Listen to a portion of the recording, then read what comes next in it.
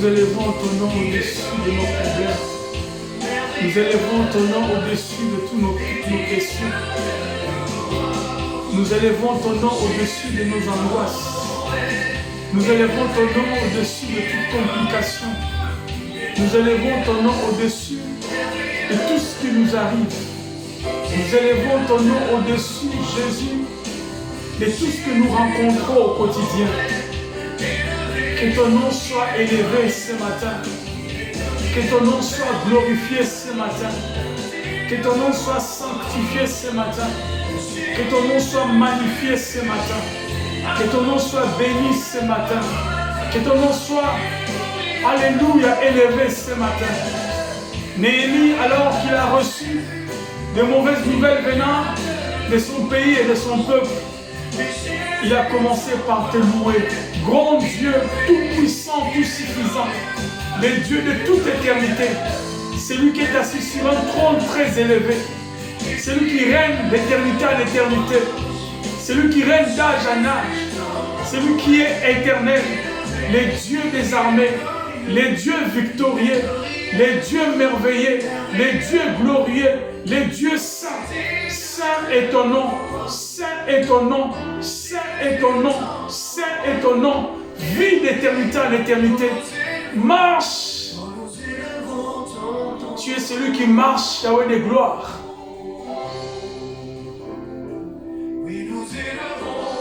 Au-dessus de toutes choses, tu marches. Au-dessus de nos problèmes, tu marches. Au-dessus de nos questionnements, du reste, le monde est ton marchepied. Reçois louange ce matin. Reçois adoration ce matin. Reçois magnificence ce matin. Reçois respect ce matin. Reçois élévation. Reçois nos courbettes ce matin. Reçois cela, Jésus. Alléluia. Ton nom est élevé ce matin au milieu de nous. Ton nom est élevé ce matin parce que tu le mérites. Ton nom est élevé ce matin parce que tu en es digne. Ton nom, Seigneur, est au-dessus de tout nom ce matin, Jésus. Alléluia. Riba sakara shike mekoro basandaba. Rimayo sokoro bashika makaraba yenda baba. Alléluia.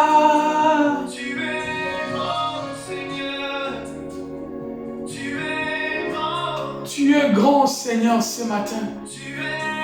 Tu es grand au milieu de nous ce matin. Tu es grand dans nos vies ce matin. Tu es grand dans ce que nous faisons ce matin, Jésus. Tu fais des grands prodiges.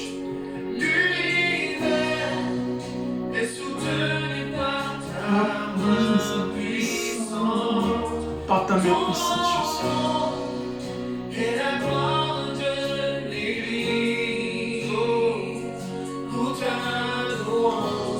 Nous t'adorons, Seigneur Jésus.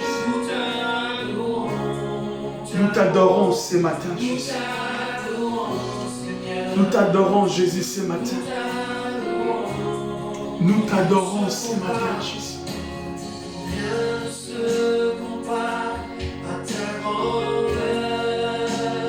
Alléluia.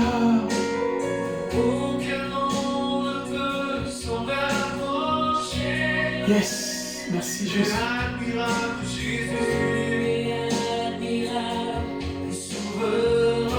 Tu es admirable, Seigneur. Tu es souverain. Tu es bon. Tu es parfait.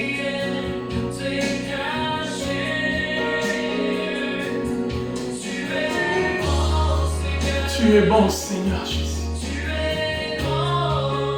Tu es bon, tu es bon, tu es bon, tu es bon.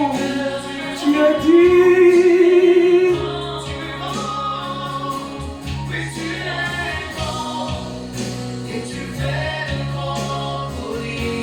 Tu es bon et tu fais des grands prodiges. L'univers tout entier et soutenu par ta puissance. Ton grand nom, Jésus, est au-dessus de tout nom. Ton grand nom, Jésus, règne d'éternité en éternité. Ton grand nom, Seigneur. Alléluia. Nous t'adorons, Seigneur. Nous t'adorons ce matin. Nous te louons ce matin. Nous te magnifions ce matin. Nous sommes là ce matin pour t'adorer. Nous sommes là ce matin pour te magnifier. Nous sommes là ce matin pour te sanctifier. Nous sommes là ce matin pour t'élever. Nous sommes là ce matin pour confesser ta grandeur, le Dieu d'éternité. Tu es Dieu par devers toi-même. Tu mérites une louange. Tu n'as pas été élu. Tu n'as pas été choisi. Tu n'as pas été voté. Tu es Dieu par devers toi-même. Alléluia. Tu subis ni changement, ni ombre des variations. Alléluia.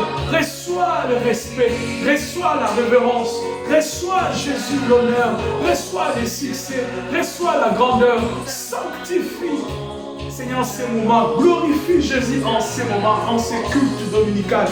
Père, ce dimanche matin, nous avons besoin de toi. Honore Jésus ce matin, Saint-Esprit. Honore Jésus ce matin. Honore Jésus ce matin par ces cultes. Honore Jésus ce matin par ta parole. Honore Jésus ce matin par ces instants. Honore Jésus ce matin. Saint-Esprit, honore Jésus. Saint-Esprit, honore Jésus. Alléluia.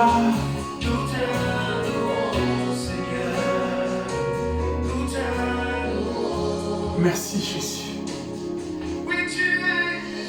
Merci Jésus.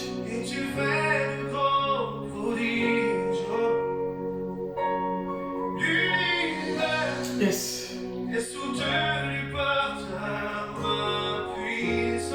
Yes.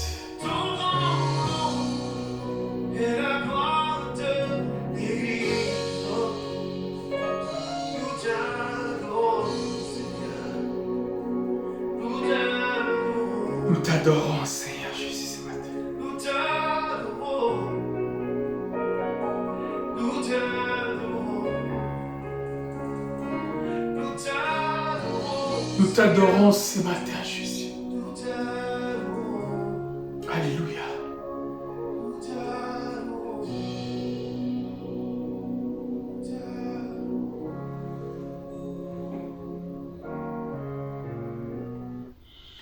Nous t'adorons ce matin, Jésus. Nous t'adorons en ces cultes dominicales. Nous t'adorons en ces moments précieux. Nous t'adorons le Dieu Tout-Puissant. Nous t'adorons le Dieu de toute éternité. Nous t'adorons le Dieu des armées. Nous t'adorons le Dieu véritable. Nous te recommandons ces moments. Nous te recommandons ces instants. Nous te recommandons chaque minute, chaque seconde, chaque tierce. Règne, contrôle. Tu es le Dieu qui peut nous étonner. Tu es le Dieu qui passe au-devant de nous comme le roi. Alléluia, qui dirige son armée. Nous sommes derrière toi ce matin et nous avons besoin de toi. Nous t'adorons ce matin. Nous t'adorons ce matin. Nous t'adorons ce matin, Jésus. Nous t'adorons ce matin. Et nous te recommandons, Jésus, que ce culte soit béni de toi. Sanctifie toutes choses. Sanctifie ces moments, Saint-Esprit. Dans le nom de Jésus, nous avons ainsi prié. Amen. Bien, gloire au Seigneur. Nous bénissons Adonai pour l'opportunité qu'il nous accorde à vous et moi ce matin d'accepter ces instants pour pouvoir laisser la place au roi des rois de contrôler toutes choses, de laisser la place au roi des rois de diriger, de laisser la place au roi des rois de gérer. Nous voulons que ce culte dominical, que ces instants, que ces moments, soient contrôlés, soient administrés, soient gérés, soient inondés de sa présence et de son onction, soient complètement remplis de lui et que le Seigneur puisse gérer tout ce que nous sommes en train de faire et que rien de ce que nous faisons et que nous ferons, puisse être émané de nous-mêmes. Nous voulons réellement que lui et lui seul soit au contrôle. Gloire au Seigneur. Nous vous saluons de partout où vous êtes, vous qui êtes connectés par cette chaîne YouTube afin partager ce moment avec nous. Vous qui êtes aussi proches de nous ici, nous vous saluons tous de partout où vous êtes et nous prions qu'ensemble, le Seigneur nous fasse du bien ce matin autour de ces moments, un petit moment que nous passons pour prier, mais aussi ces moments que nous passons pour écouter sa parole. Nous disons merci à Dieu pour les souffles de vie ce matin, parce qu'il a dit dans sa parole, un chien vivant vaut mieux qu'un lion mort. Même si nous sommes considérés comme des chiens devant le monde, mais tant que nous serons vivants, Dieu a un projet de bonheur pour nous. N'est-ce pas, il a dit dans sa parole aussi, dans le livre de Lamentations de Jérémie, qu'il renouvelle ses bontés chaque matin. Et si hier, nous avons eu des soucis, si hier nous avons échoué, si hier ou avant-hier ou les jours précédents, nous n'avons pas connu la grâce du Seigneur d'une façon ou d'une autre, ce matin, il peut encore nous ouvrir une nouvelle porte. Il est possible que ce matin, qu'il renouvelle ses bontés dans nos vies, qu'il renouvelle ses bontés sur nos familles, sur nos enfants, sur tout ce que nous entreprenons, il est possible. Pourquoi? Parce qu'il est dit dans sa parole qu'il renouvelle ses bontés chaque matin. Et ce matin, nous voulons réellement que l'onction de Dieu descende comme la rosée de l'Hermon pour venir inonder nos vies, pour venir remplir nos vies, pour venir réellement nous plonger la tête, les pieds et le corps tout entier en lui, imbibé dans sa présence. Et lorsque nous allons écouter sa parole, que cette dernière nous fasse aussi beaucoup du bien. Gloire au Seigneur, que Dieu vous bénisse et que Dieu aussi bénisse ces moments. Nous allons encore prier pendant encore un court moment pour pouvoir après écouter sa parole. Nous voulons que Dieu prépare nos cœurs, que Dieu nous fasse du bien, que Dieu nous soutienne, que Dieu nous bénisse à travers ce moyen de la technologie, que les centres évangéliques, la bannière, extension des Nantes met à notre disposition pour que nous puissions être en contact avec les ressuscités du troisième jour. Que Dieu soit glorifié. Nous allons prier pendant un court moment encore, accompagné par cette musique. Nous allons prier, couronnons le trône de la grâce. Couronnons le Seigneur de gloire. Couronnons celui qui est assis sur le trône. Couronnons celui qui vit d'éternité en éternité. Couronnons le Dieu Tout-Puissant. Alléluia.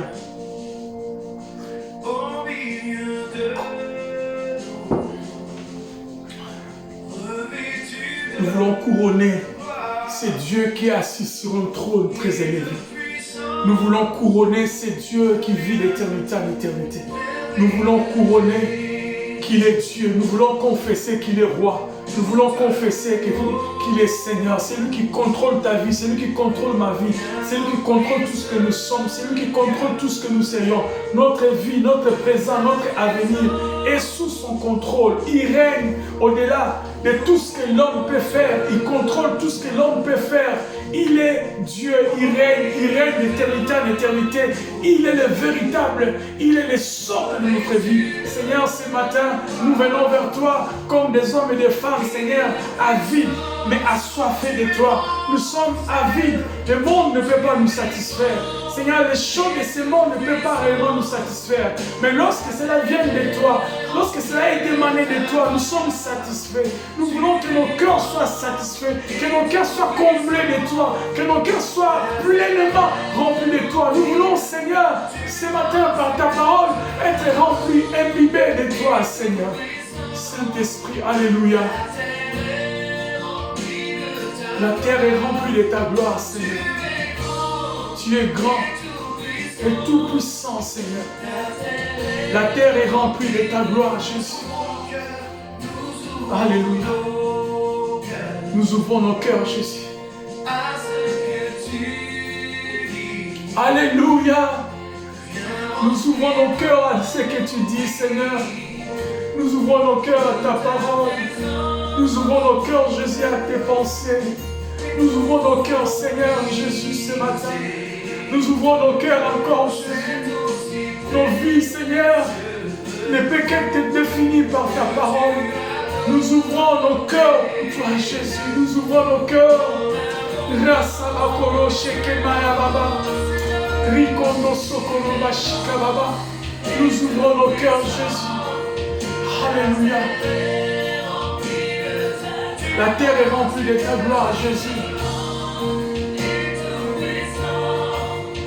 La terre est remplie de ta gloire. Tu es grand, Jésus, et tout puissant, Jésus.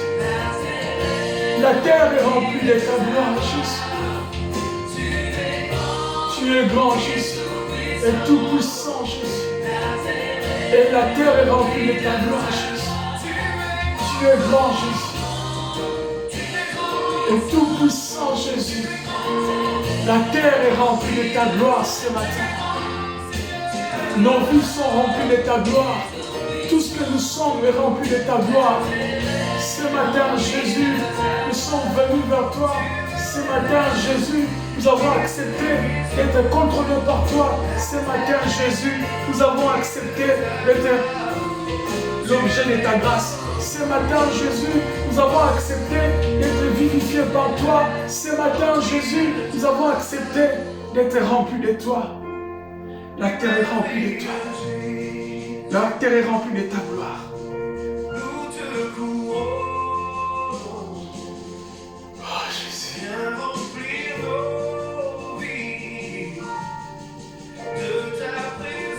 Viens remplir nos vies de ta présence.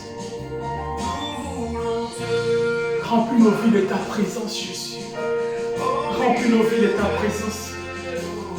Jésus, remplis nos vies de ta présence. Sabakolo shekere kemela baba. Riko soko makaraba santa baba. Rindo soto makaraba sheke. Et remplis de ta gloire. Tu es grand et tout puissant, Jésus.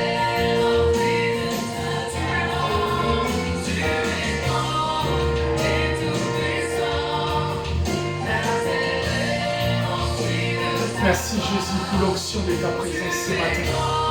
Merci pour ce matin, Jésus. Nous voulons, Père, être cet instrument que tu veux utiliser ce matin pour parler à mon cœur, parler au cœur de mon frère et ma soeur, parler à ton peuple. Nous voulons, Seigneur, ce matin, nous disposer comme cet instrument inutile pour parler de toi. Nous voulons ce matin être cet instrument inutile pour parler de ta part. Nous voulons ce matin être cet instrument inutile pour parler de ta part. Nous voulons ce matin être cet instrument inutile par lequel tu veux bénir ton peuple. Nous voulons ce matin être cet instrument par lequel, Jésus, tu veux atteindre le cœur de quelqu'un, tu veux atteindre la vie de quelqu'un, tu veux atteindre Jésus. Alléluia, l'âme de quelqu'un, tu veux atteindre le cœur de quelqu'un, tu veux atteindre Jésus, le corps de quelqu'un, la famille de quelqu'un, Jésus. Alléluia.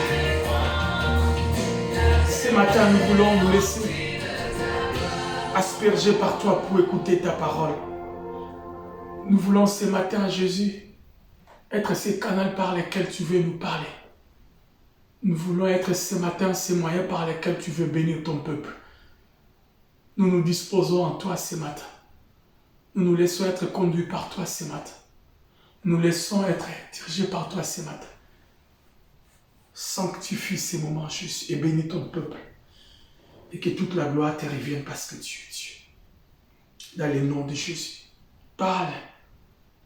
Parle à mon cœur, parle à quelqu'un. Parle-nous ce matin. Dans le nom de Jésus, nous avons ainsi prié. Amen. Gloire au Seigneur. Que Dieu nous bénisse ce matin, bien-aimés, encore une fois de plus pour l'opportunité qu'il nous accorde afin de partager la parole avec vous. Nous allons ce matin réfléchir autour d'une pensée que nous avons projetée ou que nous avons partagée les 14 derniers du mois passé. Et nous avons dit que nous allons revenir sur ça si Dieu le permet. Et ce matin, nous voulons encore revenir un tout petit peu sur ça ou peut-être continuer légèrement. Et on verra comment le Seigneur va nous conduire pour la suite. Et à chaque fois, nous nous laissons sous sa direction et voir comment lui-même nous conduit. Nous avions considéré un texte ou plusieurs textes. Mais ce matin, nous allons relire d'autres textes aussi. Et ce thème que nous voulons ensemble partager ce matin, c'est découvrir et accomplir sa destinée avec Dieu. Découvrir et accomplir sa destinée avec Dieu. Nous avons essayé de poser des fondements la dernière fois, de manière globale, donner des définitions, etc. sur ce thème. Et ce matin, nous voulons continuer dans la même allure. Si vous voulez réécouter encore ces messages, vous pouvez faire référence au dimanche 14 août. 14 août et vous verrez le début de ces messages. Donc voilà, nous allons considérer d'abord un premier texte. C'est dans Éphésiens chapitre 2, verset 10, qui dit ceci. « Car nous sommes son œuvre ayant été créée en Jésus-Christ pour des bonnes œuvres que Dieu a préparées d'avance afin que nous les pratiquions. » Et un autre texte dans 1 Pierre chapitre 4, verset 10. Que chacun de vous, comme un bon administrateur des divers dons de Dieu, utilise pour le bien des autres les dons particuliers qu'il a reçus de Dieu. Nous sommes comme des administrateurs. Nous avons reçu des dons de Dieu. Nous avons reçu un appel. Nous avons reçu une grâce. Nous avons reçu une particularité qui est pour nous comme la volonté du Seigneur pour notre vie. Et notre thème est aussi sorti de la pensée du Seigneur dans le livre des Actes des Apôtres au chapitre 13. Actes des Apôtres au chapitre 13, verset 36. Actes des Apôtres, chapitre 13, le verset 36 nous dit ceci. « Or, David, après avoir en son temps servi au dessein de Dieu, est mort. A été réuni à ses pairs et a vu la corruption. » Nous prenons juste la partie A de ces versets.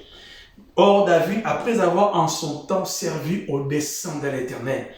La question que nous nous posons, la question que tous les enfants de Dieu se posent, c'est savoir quel est le dessein du Seigneur, quelle est cette destinée, quel est cet appel, quel est ce don, quelle est cette chose auquel je suis appelé absolument à accomplir pour pouvoir être capable de témoigner devant Dieu que je fais ce que tu as demandé que je fasse.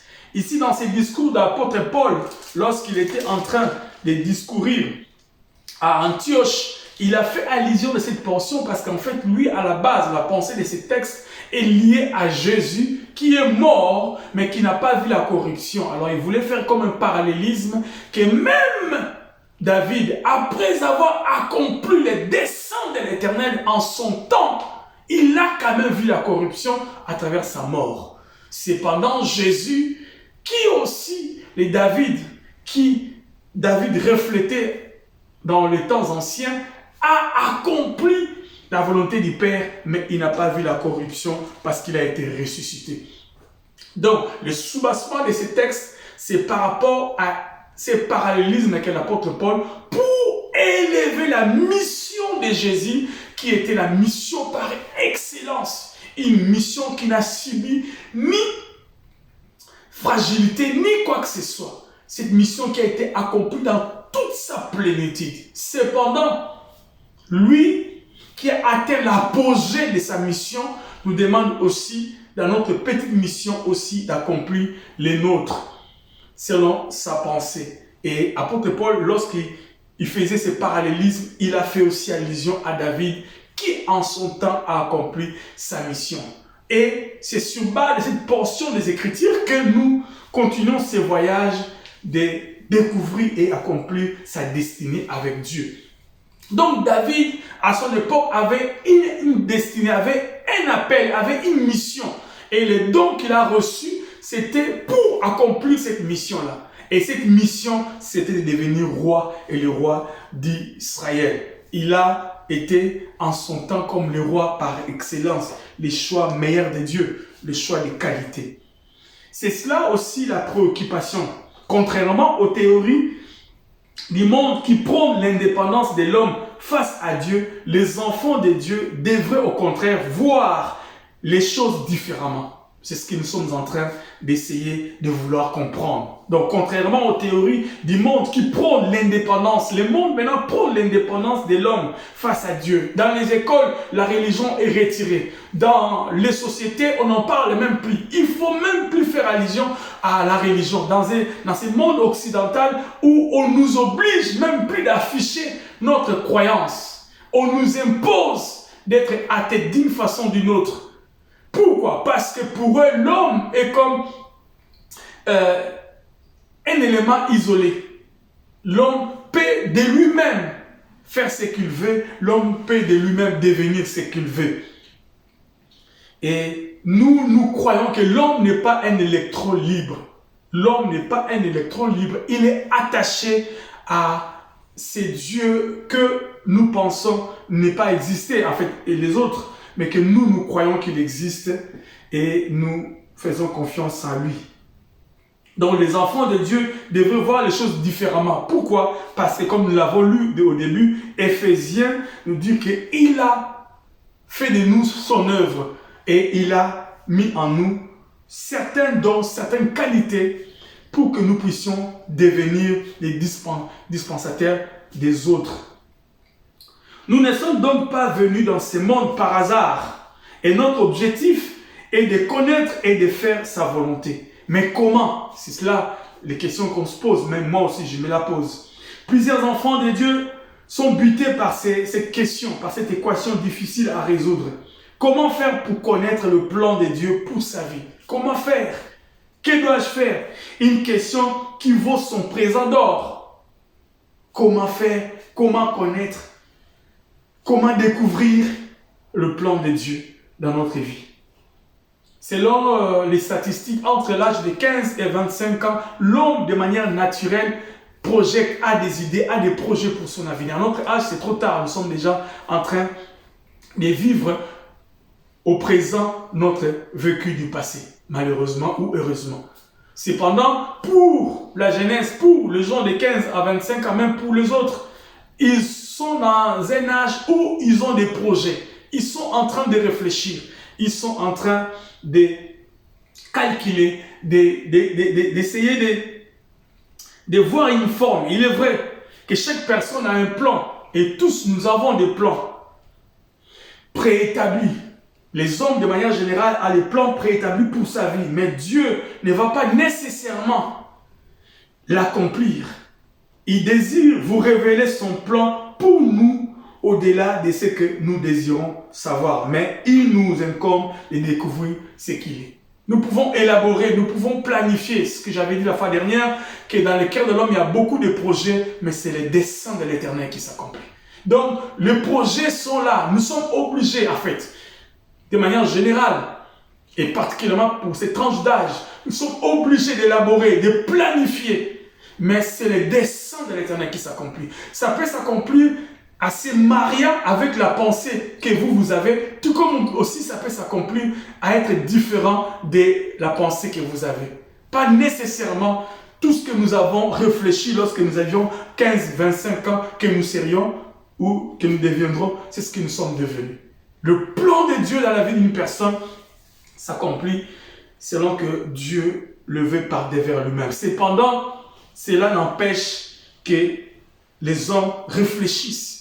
Ici, la Bible dit, or David, après avoir en son temps servi au dessein, il a servi. Il y avait un dessein de l'Éternel et lui a servi à ces desseins-là.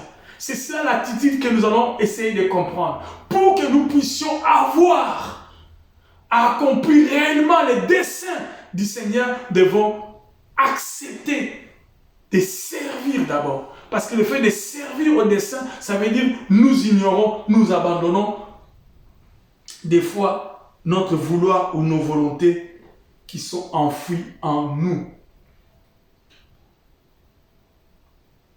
Que chacun de vous, comme un bon administrateur des divers dons de Dieu, utilise pour le bien des autres les dons particuliers qu'il a reçus. 1 Pierre, chapitre 4, verset 10. Lorsque nous, vous et moi, arriverions ou arriveraient ces jours-là devant Dieu, Dieu ne va pas nous comparer à quelqu'un d'autre, mais à nous seuls. Il posera peut-être la question, qu'avez-vous fait de ce que vous avez reçu? Qu'avez-vous fait? Comme dans cette parabole où le maître est parti, lorsqu'il est revenu, il a demandé des comptes à chacun. Qu'auriez-vous pu accomplir si vous lui avez fait un peu plus de confiance? Ou si nous lui avions fait tous, je m'incline aussi à cette volonté, un peu plus de confiance. Donc ici, nous voyons que la confiance en Dieu, la foi en sa parole est une condition aussi parmi les conditions qui nous permettent d'épouser la pensée du Seigneur. Romains chapitre 14, verset 12 nous dit ceci: « Ainsi chacun de nous rendra compte à Dieu pour lui-même. » Donc, je disais au départ, lorsque nous nous présenterons devant Dieu, chacun de nous rendra compte de ce que Dieu attend de lui. Nous ne sommes pas obligés de répondre, que dis-je, nous ne serions pas obligés de répondre à ces rendez-vous, aux choses pour lesquelles Dieu a demandé à notre voisin. Non, Dieu a demandé à celui qui est à gauche ou à droite. Non, Dieu demandera des comptes à nous-mêmes, à chacun de nous, selon ce que nous sommes ou nous avons fait, ou nous étions appelés à faire. Gloire au Seigneur.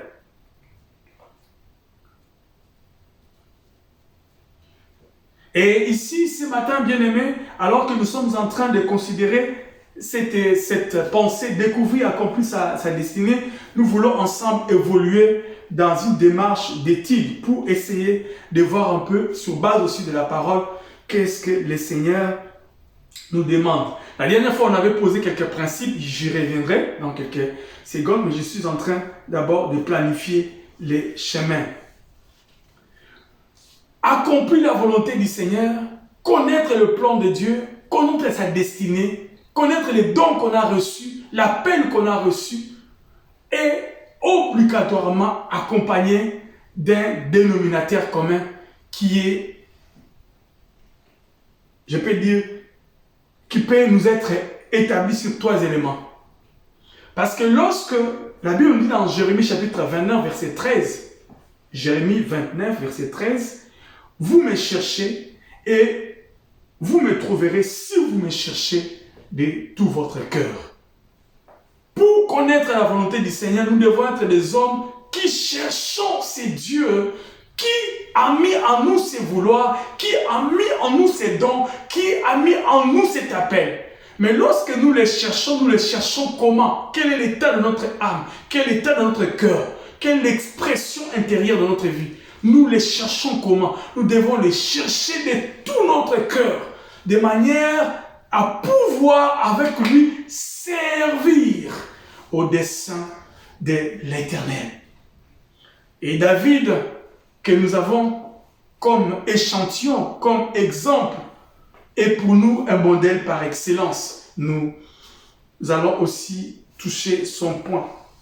Cependant, comme je disais, les dénominateurs communs dont Jérémie fait allusion est 1. Pour connaître le plan de Dieu, nous devons d'abord être en accord avec sa parole. C'est la première condition sine qua non, qui est pour nous comme un dénominateur commun. Pour que nous puissions connaître le plan de Dieu dans votre vie, dans ma vie, nous devons être en accord avec sa parole. Et pour être en accord avec sa parole, nous devons être comme il avait dit dans Josué, chapitre 8, que ces livres de la loi ne s'éloignent point de ta bouche.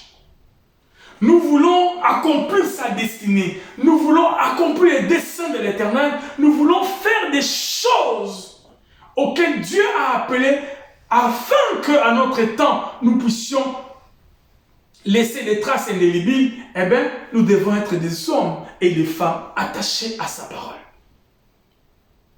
Ce sont des choses que je vais me répéter, que vous connaissez, mais qui sont indispensables. Nous ne pouvons pas connaître la volonté du Seigneur dans notre vie si nous sommes distancés de cette volonté qui est sa parole. Et là, en ces temps de la fin, converger sa volonté dans sa parole.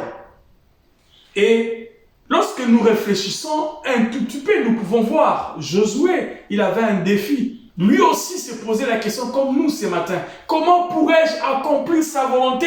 Parce que mon maître me dit, conduis mon peuple dans la terre promise. Qui semble évident est sa volonté. Mais comment moi puis-je faire cette volonté? Donc, il est allé vers Dieu parce que la Bible dit, si vous le cherchez de tout votre cœur, lui vous donnera des astuces. Première astuce qu'il a donnée à Josué, il dit sa parole. Que ces livres de la loi ne s'éloignent point de ta bouche, médite-les jour et nuit. On va lire.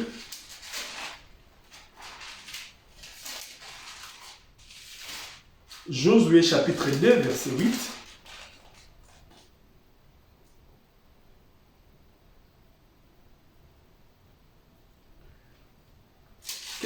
Qu'est-ce que j'ai dit? Pardon, Josué chapitre 1er, pardon, verset 8.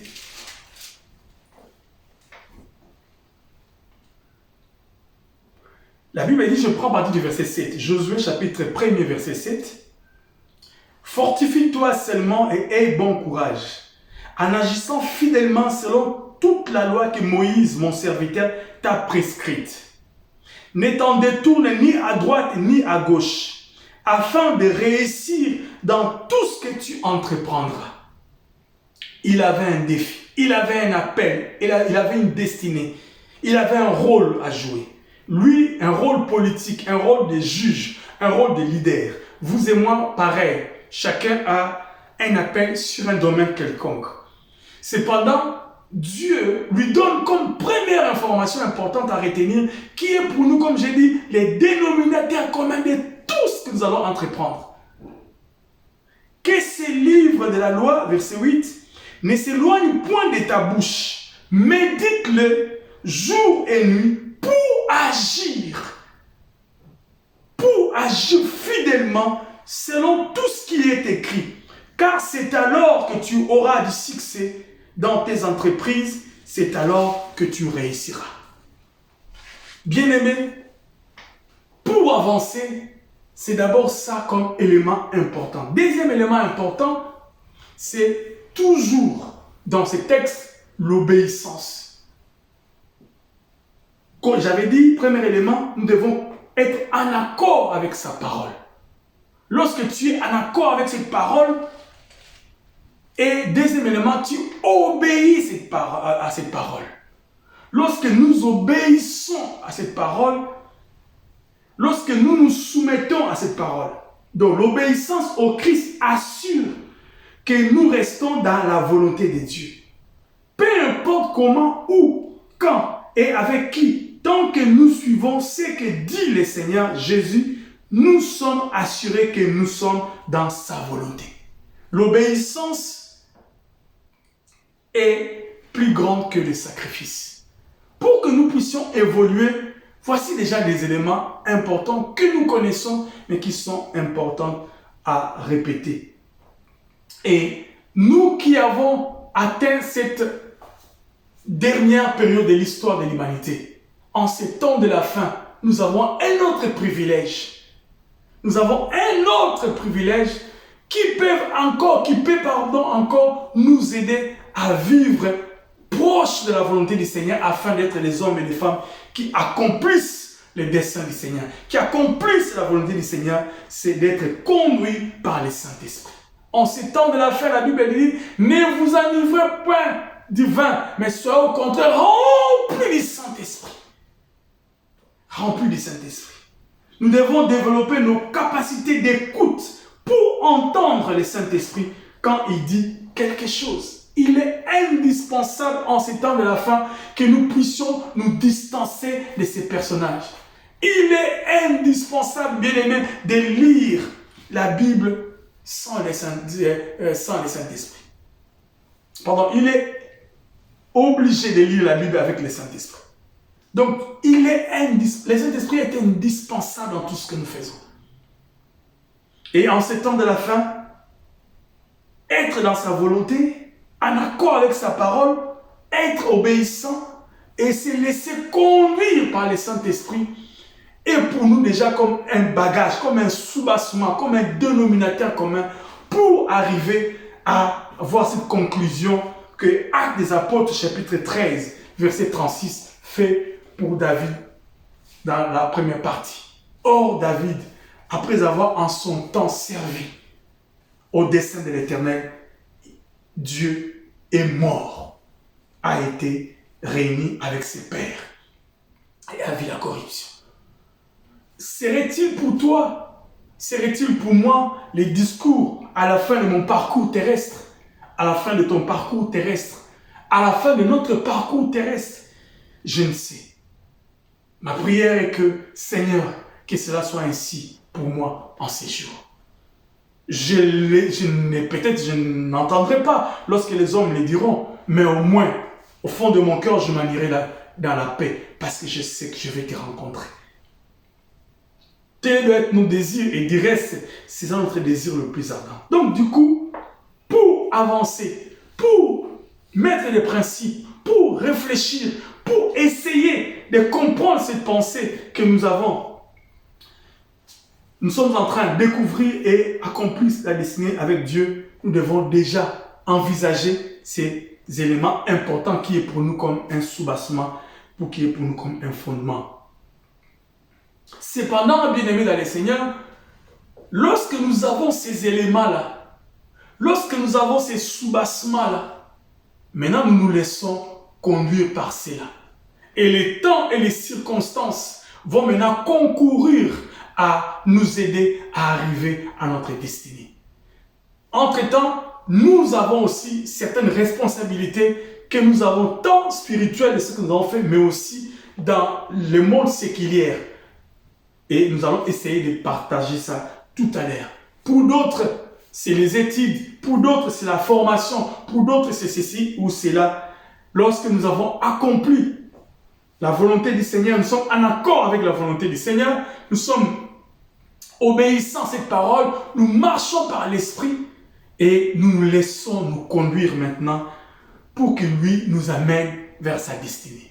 L'exemple par excellence que nous avons étudié de David, nous avons vu, vous avez vu, et vous le savez très bien, à l'âge de 17 ans, lorsqu'il a été choisi, il était en train de paître les troupeaux de son père. Qu'est-ce que cela nous donne comme image? D'entrée de jeu, nous pouvons déjà comprendre, alors que chacun avait un rôle à jouer. Pour eux, d'autres, ils étaient des généraux dans l'armée de Saoul, mais lui, il était un berger. Un berger est le type d'un pasteur, un type de celui qui réunit, celui qui dirige, celui qui contrôle. Dieu a permis qu'il passe par cette école de pâturage pour pouvoir devenir le berger de son peuple. Voyez-vous? Donc Dieu peut permettre par toi et par moi de passer par un chemin, lorsque nous sommes dans cette volonté-là, de passer par un chemin X ou chemin Y, sans le savoir, peut-être en le sachant aussi, mais nous sommes en train de nous préparer à l'accomplissement de cette volonté. Voyez-vous, David, déjà d'emblée, avant que je puisse avancer, en restant sur l'exemple de David, il a été choisi comme un petit berger, l'onction est descendue sur lui, parce que sa destinée, c'est devenir roi d'Israël, mais il n'est pas devenu roi tout de suite. Il savait qu'il devait devenir roi, mais ce n'est pas tout de suite qu'il est devenu roi. Qu'est-ce qui s'est passé? Dieu a commencé maintenant à fomenter sa vie. Dieu a commencé à le forger. En leur temps, ils n'avaient pas des grandes écoles, mais à leur temps, ils avaient une autre école. Parce que ça lui a servi sur son chemin. Lorsqu'il était en train de paître le troupeau de son père, la Bible dit les ours sont arrivés, les lions, etc.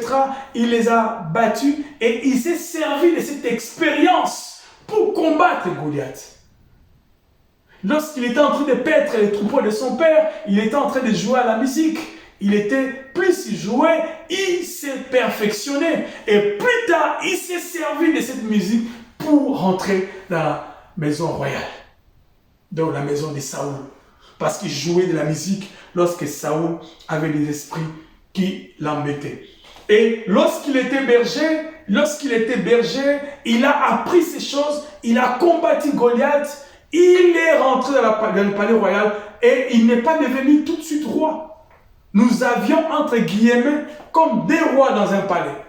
Un roi dont l'onction n'est pas encore activée, passez-moi l'expression, et un autre roi dont l'onction a été retirée. Cependant, il n'y avait pas confusion parce que le temps aussi est un moyen par lequel Dieu se sert pour pouvoir accomplir sa volonté.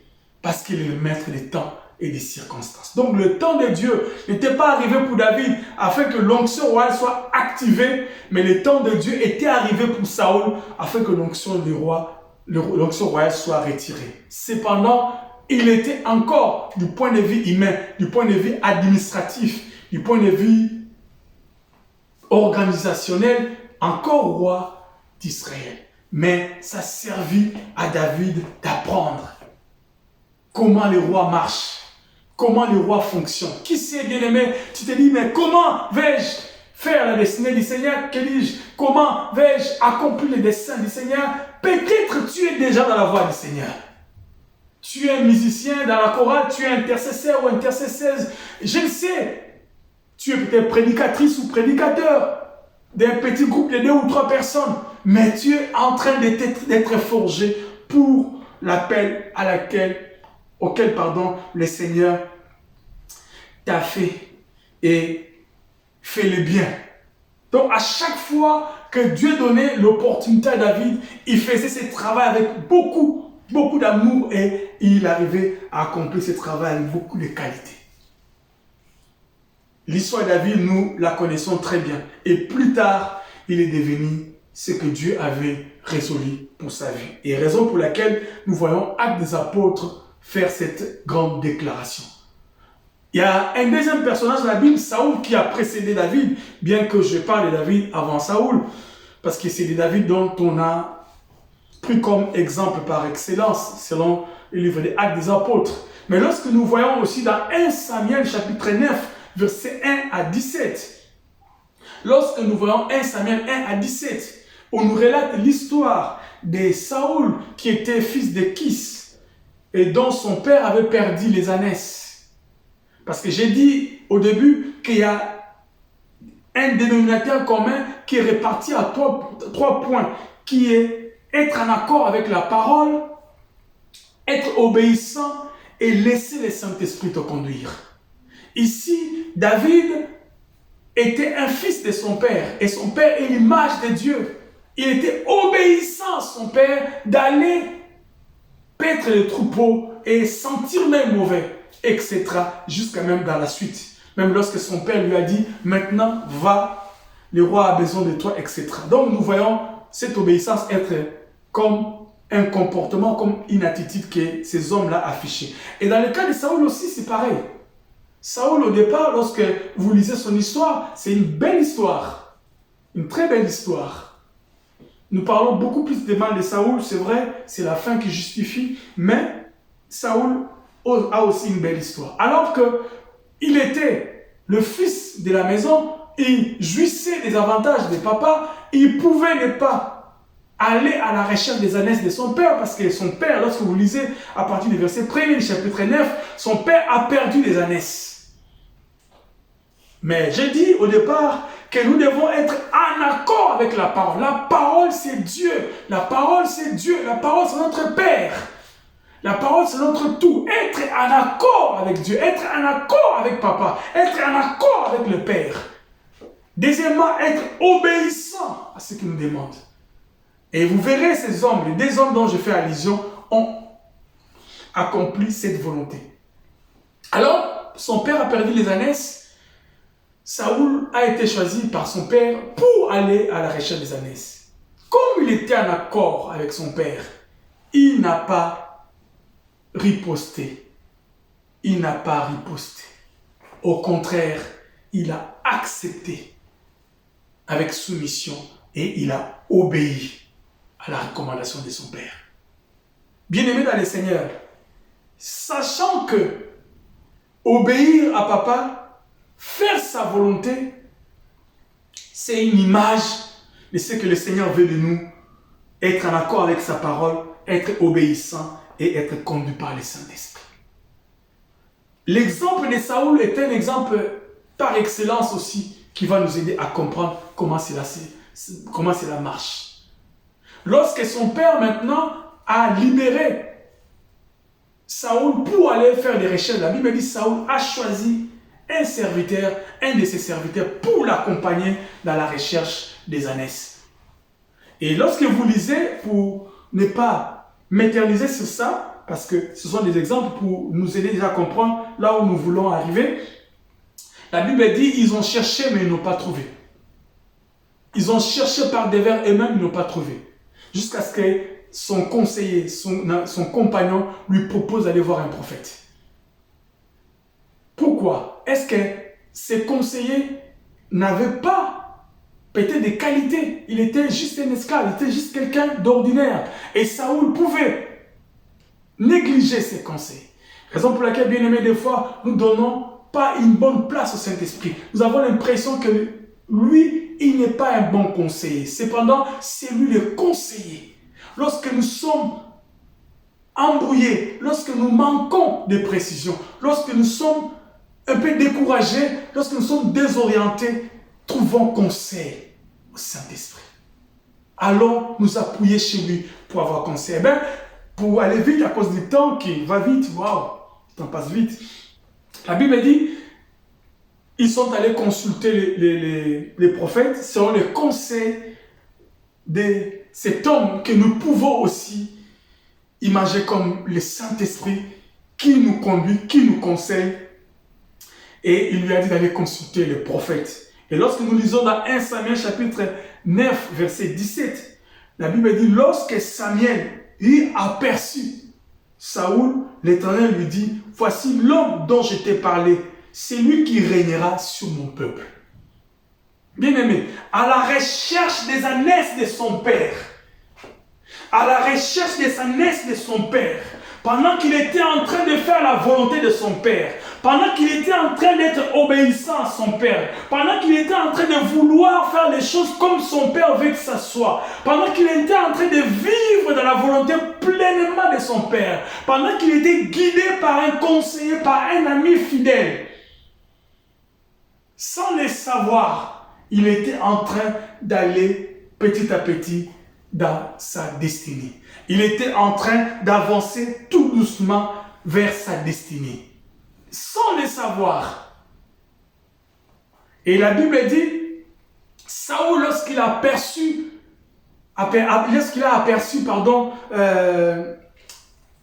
Samuel, lorsqu'il a aperçu Saoul de loin, il a dit, voici l'homme dont je t'ai parlé dans ses songes. Cet homme, c'est qui? C'est Saoul. Et quel était le problème?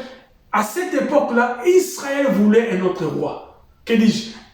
Israël voulait un roi à la place de Saoul. Ils avaient une crise. Ils avaient un problème. Ils avaient une situation dont il fallait qu'une personne puisse résoudre cela. Et cette personne, c'était comme le joker de Dieu. C'était lui que Dieu avait choisi pour accomplir son dessein à ce moment-là. Et cet homme, c'était Saoul. Mais lui, tout ce qu'il pouvait faire, c'est d'être obéissant. Suivre ce que son père lui a demandé. Et lorsque vous lisez ces textes, pour ne pas m'éterniser à cause du temps qui passe vite, nous voyons que il est arrivé à rencontrer les prophètes et il a reçu clairement la vision que Dieu avait pour lui, pour sa destinée. Et les ânesses qui étaient la raison de leur voyage étaient déjà retrouvées.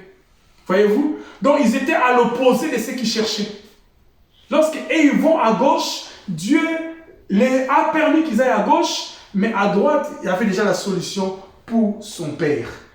Et Saoul, dans cette attitude d'obéissance à son père, dans cette attitude de connaître, de vivre en accord avec son père, dans cette attitude de suivre les conseils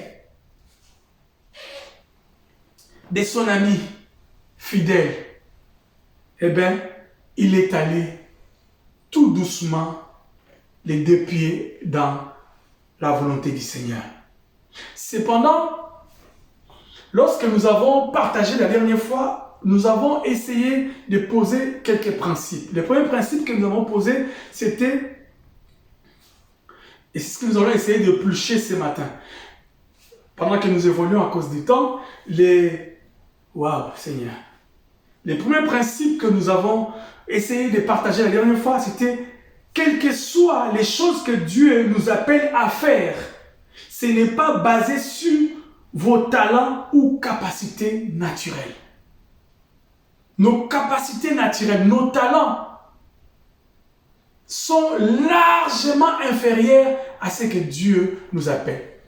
Ce n'est pas pour autant que ces capacités et ces talents ne vont pas vous aider. Ça va nous aider. Mais c'est juste déjà pour que nous puissions mettre l'emphase sur le principe que c'est Dieu qui est au-delà de tout et que l'homme ne se sente pas orgueilleux. Et vous verrez dans ces deux textes que nous avons fait allusion, des histoires que nous avons fait allusion, ces hommes avaient des capacités. David était berger. David savait jouer à la musique. David avait vaincu le lion et même Goliath, etc. Mais lorsqu'il fallait jouer le rôle dont Dieu lui avait demandé, il s'est senti petit, soumis à ses dieux. Donc lorsque l'homme comprend que la volonté du Seigneur que nous accomplissons est largement supérieure aux capacités que nous avons, eh bien nous faisons cette volonté avec humiliation, nous faisons cette volonté, avec humilité, et lorsque nous faisons cette volonté avec humilité, c'est la gloire du Seigneur qui nous accompagne. Mais lorsque, bien aimés, nous mettons l'emphase sur nos capacités, sur nos compétences, eh bien, c'est à ce moment-là que nous nous distançons de ce que Dieu veut. Ça, c'est un principe que nous voulons établir. Donc, du coup, je disais, quelles que soient les choses que Dieu vous appelle à faire, ce n'est pas basé sur vos talents ou capacités naturelles. Donc, j'allais dire, je ne dis pas qu'il n'y a pas de relation entre ces dons naturels et le plan de Dieu pour votre vie. Cependant, quelquefois, Dieu appellera une personne à faire c'est pourquoi elle semble non qualifiée et vous appellera à faire des choses que vous ne pouvez pas faire. Donc Dieu, lorsqu'il nous appelle, il nous appelle avec nos petits moyens de bord que nous avons. Ces moyens de bord sont certains acquis que nous allons essayer d'éplucher dans quelques secondes. Toutes ces choses-là font partie de nos bagages. Cependant, l'appel ou la volonté du Seigneur est tellement grand, tellement éloigné que nous ne pouvons pas croire qu'à cause de notre petite connaissance, c'est pour cela Dieu s'est servi de toi, c'est pour cela Dieu s'est servi de moi. Mais comme je dis toujours, ces éléments, ces acquis sont importants pour nous. Lorsque nous lisons, pourquoi je dis ça? Pour essayer d'appuyer ce principe. Lorsque nous lisons dans Actes des Apôtres, chapitre 7, verset 22, Actes des Apôtres, chapitre 7, verset 22, je lis rapidement, le temps est en train d'avancer rapidement. Acte 7, verset 22, la Bible dit, Moïse fut instruit dans toute la sagesse des Égyptiens, et il était puissant en parole et en œuvre. Moïse était instruit dans toute la sagesse des enfants d'Égypte, puissant en parole et en acte. Mais lorsque vous lisez dans Exode, chapitre 3, verset 9, voici, je prends à partir du verset 9, c'est ce que la Bible dit, Dieu dit, voici, les cris d'Israël sont venus jusqu'à moi, et j'ai vu l'oppression que leur font souffrir les Égyptiens. Verset 10. Maintenant, va, je t'enverrai auprès des pharaons et tu feras sortir d'Égypte mon peuple, les enfants d'Israël. Verset 11. Moïse dit à Dieu, qui suis-je pour aller vers Pharaon et pour faire sortir d'Égypte les enfants d'Israël? Et vous pouvez lire la suite. Nous pouvons, si vous voulez, pour rester dans cette pensée d'Exode 3 rapidement. Alors, les temps, on va terminer par cette histoire.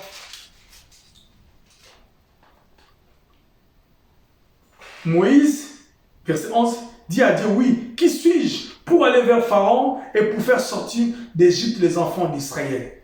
Dieu dit, je serai avec toi, ceci sera pour toi les signes que c'est moi qui t'envoie. Quand tu auras fait sortir d'Égypte le peuple, vous servirez Dieu sur cette montagne. Et plus tard dans la discussion, pour gagner le temps, vous verrez, Moïse a continué à résister à l'appel. Moïse a continué. Pourquoi? Parce que il a vécu 40 ans en Égypte. Il a acquis toutes les connaissances dont la Bible nous parle dans Actes des Apôtres. Il a vécu dans la maison des pharaons. Il avait les acquis naturels. Il avait les compétences naturelles. Il avait l'intelligence. Il avait la force. Lorsqu'on parle de Moïse, les historiens parlent qu'il était même un général. Il gagnait des batailles pour l'Égypte. Il a été à Sorbonne de l'Égypte. Il a été dans les grandes écoles d'Égypte. Il a été, je ne sais pas, dans la cour royale. Il a vécu toutes ces choses. Mais lorsque l'appel est arrivé, lorsque Dieu maintenant les met devant sa mission, Moïse dit non. Tout ce que j'ai reçu ne peut pas être comparé à l'appel que j'ai. Cependant, tous ces acquis l'ont aidé aussi à gouverner. Il était le premier prophète. Que dis-je? Il était parmi les prophètes, parce qu'Abraham aussi était prophète. Mais il était le premier juge. Il était quasiment le premier président. C'est lui qui a dirigé le pays. Et il a acquis toutes ces connaissances là-bas.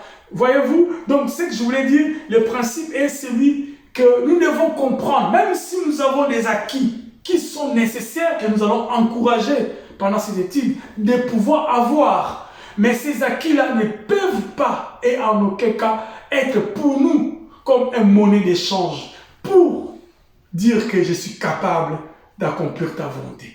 Tu ne peux pas être capable d'accomplir la volonté du Seigneur par tes acquis sans que Dieu lui-même vienne t'aider pour l'accomplir.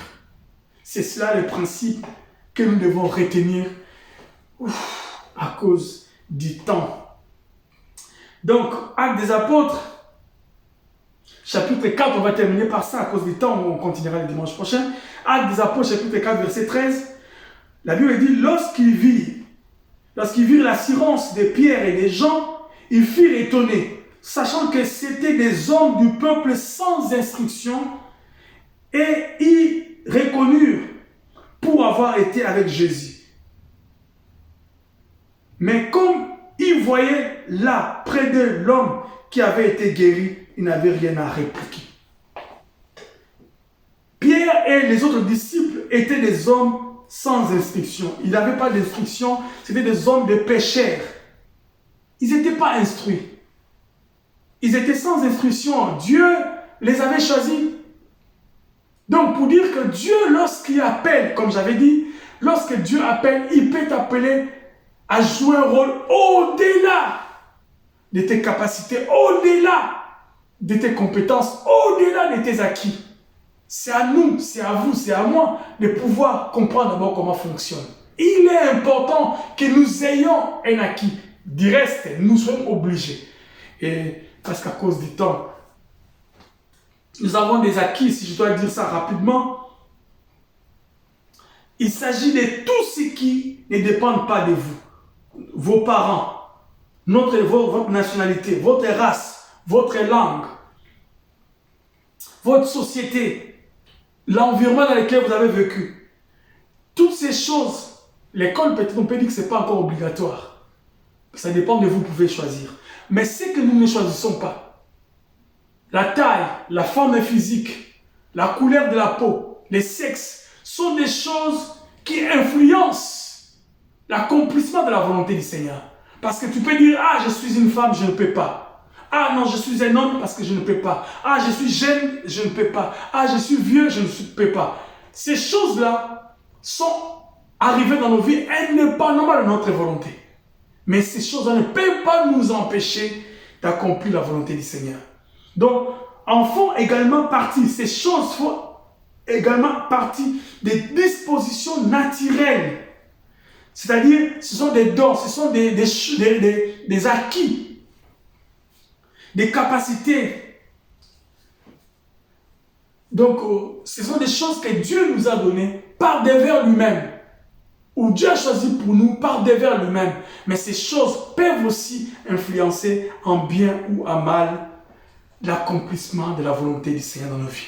Pour certains, ces choses peuvent les pousser à l'orgueil. Pour d'autres, ces choses peuvent les pousser à fuir la volonté du Seigneur. Cependant, c'est le milieu qui est important. Ces choses doivent nous aider, au contraire, à donner une vie de qualité au service du Seigneur, mais tout en restant humble. Saoul, son père avait l'argent, mais lorsque vous lirez dans vos études personnelles plus tard, quand il fallait maintenant choisir de manière effective, parce que Dieu l'avait choisi lorsqu'il était loin, mais lorsqu'il a envoyé les prophètes et réuni le peuple, le choix est tombé sur la famille de Saoul, Benjamin. Et ils ont tiré au sort, c'est les parents de Benjamin qui ont été choisis, et c'est Saoul. Mais lorsqu'ils l'ont cherché, la Bible dit il était beau, le plus beau quasiment de tous. Et il surpassait Israël de sa taille. Donc il avait des acquis. Donc son physique, sa beauté, sa forme était déjà un acquis. Il pouvait prétendre être roi parce que sa posture extérieure lui donnait toutes ses capacités. Mais lorsque vous lisez la Bible dit qu'il est allé se cacher derrière un chariot parce qu'il s'est dit que je ne suis pas capable. Par contre, David il était jeune, beau, etc. Il pouvait dire aussi, non, parce que je suis jeune, je ne peux pas. Donc, nous sommes environnés de certains acquis indépendamment de notre volonté que Dieu a mis tout autour de nous. Ces acquis-là sont liés à nos vies, sont liés à notre nature. Nous ne pouvons pas nous débarrasser de ça. Mais est-ce que ces acquis-là nous poussent à nous en faire comme des orgueillés? Ces acquis-là nous poussent à être obéissants, humbles, ou ces acquis-là nous poussent à fuir la volonté du Seigneur. Oh, les temps passent vite. Donc nous avons la responsabilité d'être un bon administrateur, comme nous avons vu, de ces dons que Dieu met en nous. Non pas pour un usage égoïste, mais pour le bien des autres. Nous devons tout d'abord discerner les dons. C'est vrai que Dieu vous a confié, il représente déjà pour nous comme une donnée importante, une carte avec laquelle nous pouvons déjà jouer. Et les cartes que vous avez reçues dans la vie et des éléments que nous recevons et ce que nous avons vu déjà comme premier élément, des informations indépendamment de notre volonté, la famille où nous sommes arrivés à vivre, etc. Et nous verrons plusieurs personnes dans la Bible aussi qui ont été dans ces mêmes problèmes. Nous, lorsque nous pensons à Gédéon, il était dans un contexte, il y avait un appel, mais il était dans une famille. Cette famille, cette situation, cet acquis-là, l'a empêché de faire la volonté, en fait, au départ. Pourtant, c'était négatif. Mais chez Moïse, il avait des acquis positifs. Mais ces acquis positifs aussi les met dans une position à dire non, je ne suis pas capable. Donc, c'est ces principes dont je voulais que nous puissions retenir que les acquis positifs ou négatifs ne nous poussent pas à l'orgueil. Parce que la volonté du Seigneur ne nous pousse pas à fuir, bien sûr. Parce que la vision de Dieu, l'appel de Dieu, la volonté de Dieu ne peut qu'être accomplie par lui-même. Et c'est lui qui met en nous son vouloir et les faire. C'est pour cela, au départ, j'ai dit que les trois éléments comme dénominateur commun, c'est être en accord avec la parole du Seigneur, être obéissant et laisser le Saint-Esprit nous diriger sont des conditions sine qua non pour l'accomplissement de la volonté du Seigneur. Josué, alors qu'il a vécu avec Moïse, il avait de l'expérience parce que plus il était avec Moïse, plus il apprenait aux côtés de Moïse, comment diriger, comment faire, etc. Du reste, il était parmi les deux, lui et Caleb, qui n'ont pas régné, qui sont rentrés dans la terre promise. Des hommes fidèles. Josué est resté fidèle à Moïse jusqu'à la fin. Donc il avait quelques acquis qu'il avait reçus indépendamment de lui, mais le fait d'être là. Mais ces choses ne lui ont pas poussé à être orgueilleux. Il a dit non, je ne peux pas. Seigneur, qu'est-ce que je dois faire? Et Dieu lui a dit non, c'est la parole. Donc voilà un peu déjà d'emblée pour introduire ou pour continuer cette étude que le premier principe est important, que le principe selon lequel, quelles que soient les choses que Dieu vous appelle à faire, ce n'est pas basé nécessairement sur nos talents ou capacités naturelles. Même si pour les uns, c'est aussi un moyen que Dieu donne. Par exemple, pour les musiciens, Dieu l'a appelé à la musique et il a ces dons-là, gloire à Dieu, et Dieu tonifie ces dons-là. Parce que vous verrez dans ces mondes, d'autres aussi chantent beaucoup mieux que tous ceux qui sont comme les grandes stars aujourd'hui. Mais ils ne sont pas des stars. Pourquoi? Parce que peut-être ces dons-là n'ont pas été utilisés avec l'onction, avec l'obéissance, avec la parole et avec la direction du Saint-Esprit. Nous allons terminer par là à cause du temps et nous reprenons. Nous allons reprendre le dimanche prochain. Prions. Père, merci pour ta parole. Beaucoup à dire, Seigneur, mais le peu que tu nous as aidé à parler, je pense, de tout mon cœur, Seigneur, cela vient de toi. Et cela est suffisant pour ce matin. Bénis ton peuple ce matin et sanctifie ta parole. Et que cela nous fasse énormément du bien. Dans le nom de Jésus, nous avons ainsi prié. Amen. Gloire au Seigneur. Que Dieu vous bénisse de partout où vous êtes. Nous sommes le centre évangélique, la bannière extension de Nantes, et nous utilisons ces canaux qui s'appellent YouTube et d'autres canaux pour pouvoir vous atteindre. Et Dieu a permis que nous ayons tous ces canaux de la nouvelle technologie afin de pouvoir faire passer son message et d'être aussi utile pour l'avancement du royaume des cieux, tant soit peu. Gloire au Seigneur. Raison pour laquelle n'hésitez pas à partager et n'hésitez pas aussi à nous contacter, à nous encourager et aussi à nous bénir. Pourquoi pas aussi à participer tant soit peu à l'avancement de cette œuvre. Que Dieu vous bénisse partout où vous êtes et que Dieu vous fasse énormément du bien en ces dimanches. Et demain, lundi, que Dieu bénisse notre semaine pour que nous puissions être aussi, comme dit David, au service du dessein du Seigneur. Amen. Que Dieu nous bénisse. Bon dimanche à nous tous. Bye.